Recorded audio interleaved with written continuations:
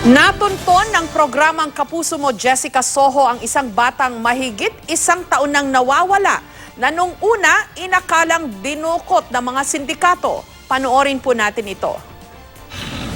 Pangalawa sa apat na magkakapatid si Jimwell.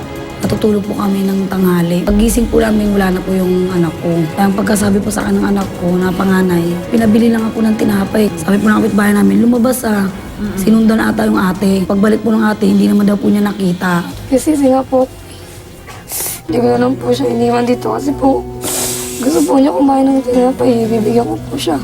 Sabi ko, saglit lang, be, bibili lang po ako ng tinapay niya. Mamaya po kasi pagbalik ko, wala na po si Jimwell. Malanak na sa kaba! May dalawang bata raw na kasama si Jimwell noong araw na mawala ito. Di ba umuwi sa inyo?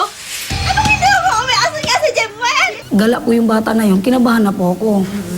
Iniisip ko po, dinala niya kung saan-saan. Yun po yung dating lugar ni kung saan nakuha yung na yun, na ilang buwan din siyang nawala. Sabi nga po ng tatay niya, tinubos ko pa ng pera yan bago ko nakuha.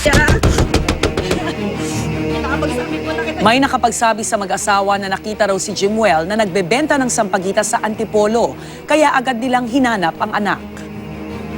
Halos nagdalawang linggo kami dun sa Doro Road na yun, dun po sa may waiting shade. Kung saan po kami abutan ng pagod at saka po antok. Ginawa na rin nila ang lahat ng paraang maisip nila, pati na ang pamamanata sa Poong Nazareno.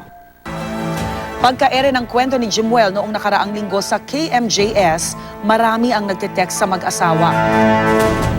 Nakatanggap din ng impormasyon ng KMJS team na nasa kanila raw ang isang batang nahawig kay Jimwell na mayroong peklat sa ulo at mukha. Pero pagdidiin nila na hindi sila sindikato.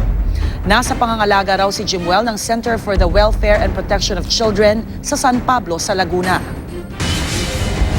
Nakuha ang bata na hubot-hubad dito sa may peryahan ng barangay 2D. Tinurn over sa command center. Siya po ay naglalakad at siya po ay iyak ng iyak.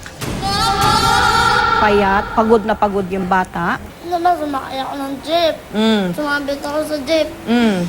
Biglang sinabihan ako ng jeep sinabihan ako ng driver na bumaba ka nga dyan. Eh, sabi lang naman ko, dyan ka muna, may bibilin ako. Eh di, may nagyaya sa akin nagyaya sa akin. Sabi, tara na tara bumili. Tapos, ayoko, may umila sa akin.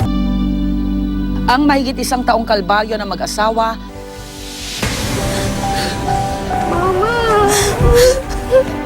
napalitan ng labis na kaligayahan nang makita nilang muli ang anak na si Jimwell.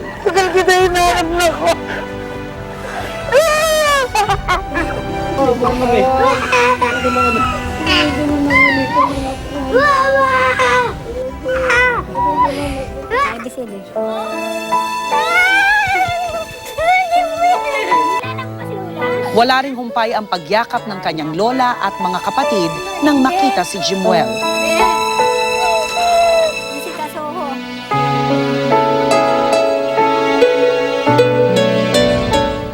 Mahigit isang taon man ang naagaw ng tadhana, ay nakahandang puna ng pamilya ni Jimwell ng mga bago at magagandang alaala ngayon na sila ay buo at sama-sama.